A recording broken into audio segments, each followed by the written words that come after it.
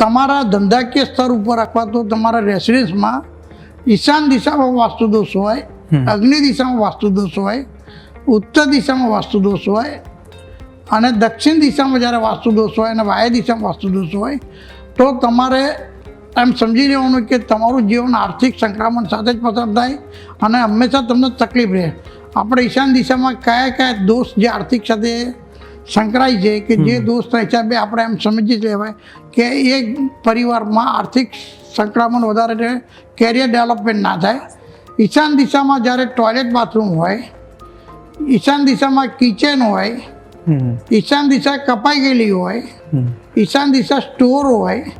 ઈશાન દિશા આપણા આખા મકાનની કમ્પેરમાં ઊંચું હોય, ત્યારે આવા જ્યારે મેજર જ્યારે વાસ્તુ દોષો હોય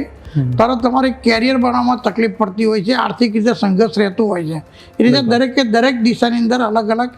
દોષ હોય ત્યારે આ તકલીફ વધારે ઊભી થતી હોય છે.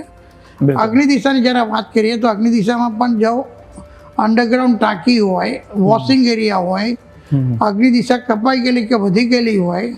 અગ્નિ દિશા ટોટલી સૂર્યપ્રકાશ ના આવે રીતે બંધ હોય અને અગ્નિ દિશા અને વાયુ દિશાનું જમીન ફ્લોરિંગ લેવલ સરખું ના હોય તો પણ તમારા આર્થિક સંક્રમણનો તકલીફ રહેતી જ હોય છે.